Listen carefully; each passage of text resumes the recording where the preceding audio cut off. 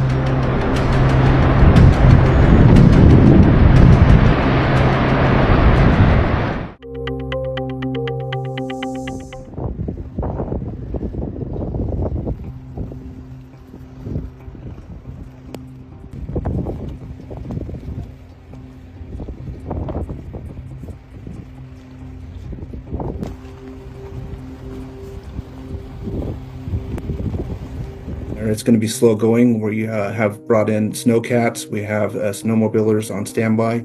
We have individuals on skis. So we have several different ways that people are attempting to get in there. The avalanche danger is still very high.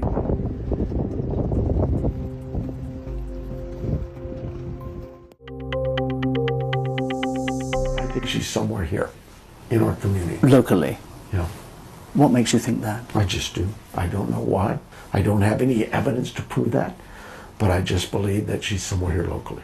No match on the DNA from the FBI database, apparently. How much of a blow is that? It's not a setback at all. We'll continue to look at that. There's an opportunity maybe to do some genealogy work with it, but there's more DNA work that needs to be done. We run all leads down until we have no more lead, and that's, what, 30, 40,000. I wonder what you would tell the Guthrie family as they now are waiting for answers, waiting for any kind of breakthrough.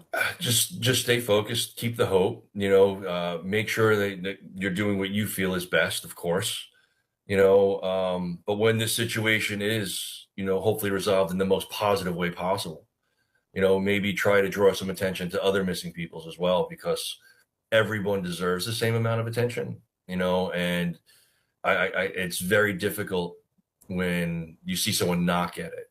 And how do you help that? We lead by example. We share as many stories as we can and whatnot, but hopefully others can do that. You guys have an amazing site, right? So on your site, if someone was to scroll all the way to the bottom and see all those links, it'd be amazing if they could see a missing person link. The people that are watching this, unfortunately, sometimes are the ones that go missing, and their families will turn to you guys. Not just you, but all of the news affiliates, and say, hey, get this story out there. Or where's a link that I could send, for someone to use so you could see that this is their missing person flyer. Here's their accurate information. When someone's missing, details matter. I was also worried that I was going to die and how that would affect my parents. Teenage survivor seriously injured during a mass shooting in 2024 at a Georgia high school described the harrowing moments during emotional testimony. I remember my teacher telling me to stay awake because I was really, really tired and I couldn't keep my body up. One teen testified that she was working on her math textbook when her ears started ringing and she smelled smoke. She turned and looked toward the doorway, and there she testified that she saw then 14-year-old Colt Gray, who then started firing. What did you do when you saw him? I remember standing up and I turned around and I didn't know I was shot, but I was. But my body was telling me to hold my arm. Another student testified that she was so scared after she got shot, she passed out while holding her friend's hand. I turned to my friend Landon and I asked him to hold my hand because I was scared. Did you stay conscious or did you pass out at some point? I passed out. And another survivor looked straight at Colin Gray and recounted what she told his son, the shooter.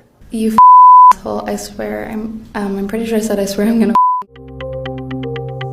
This boy is the first kid in the UK to have leg lengthening surgery to make him taller. Alfie Phillips, who was born with a rare condition, was treated by experts at Liverpool's O.D.A Children's Hospital, who made his right leg 3 centimetres longer. I can do a lot of things that I wasn't able to do before, so I'm able to do more skipping. I'm better at basketball, and also I'm easier at trampolining. The 9-year-old has fibular hemimelia, which affects less than 1 in 40,000 births. It caused his right leg not to develop properly, leaving it more than an inch shorter than his left. The procedure involved implanting a lengthening nail on the surface of Alfie's right thigh bone, which is slowly pulled over time using magnets. Now, lengthening nails have been fitted inside the bones of adults before, but it wasn't an option for younger children until now. Yes, it has had its challenges, but actually he's just done amazing. And the hospital has since performed the same technique on 3 other children with the same condition as Alfie. And other specialist centres around the country are preparing to do the same. One key way authorities could have identified the suspect in the disappearance of Nancy Guthrie has been ruled out. Authorities say that DNA recovered from a glove about 2 miles from the Guthrie family home did not match in an FBI system of known or suspected criminals. Officials also say that DNA at the residence itself was tested. That did not compare and match with that of the glove. It also did not have any hits in that FBI database. Now, here's where the investigation goes next. We expect that authorities would be using what's called genetic DNA analysis. As part of that process, authorities would work with these companies that offer services to all of us to map out our genealogy. Even if the suspect himself had never actually used one of those services, a family member might have, which could yield clues about his identity. Authorities are also zeroing in on that backpack that the suspect was seen wearing in that chilling doorbell camera video outside Nancy's home just before her disappearance. Authorities say that that bag was sold by Walmart. The FBI is working with that company to try to determine when and where it was actually sold. If authorities can identify where an item was purchased, that can potentially lead to CCTV security camera footage of the suspect without a mask, as well as possible financial records that can help lead to his identity. How hate crimes are handled in England and Wales could be about to change. But what does that mean for you? The government wants to make hate crimes which target people based on their sexuality, gender or disability an aggravated offence. That means the perpetrator could face a more severe punishment if they're convicted of a crime. The changes would make the offences charges in their own right, and they would come with a higher maximum sentencing penalty. It would also put these hate crimes on a par with race and religion, which already have their own charges, including racially aggravated disorderly behaviour. The suggested change has been called a landmark moment by the LGBT+ anti-abuse charity Gallup. These proposals are part of a new bill going through Parliament, so it isn't the law just yet. But the government hopes it will do more to tackle crime in England and Wales. If you're a kid from the 90s, you'll know it well. Guess who's back on the high street? I'm obsessed. It's giving throwback. I'm here for it.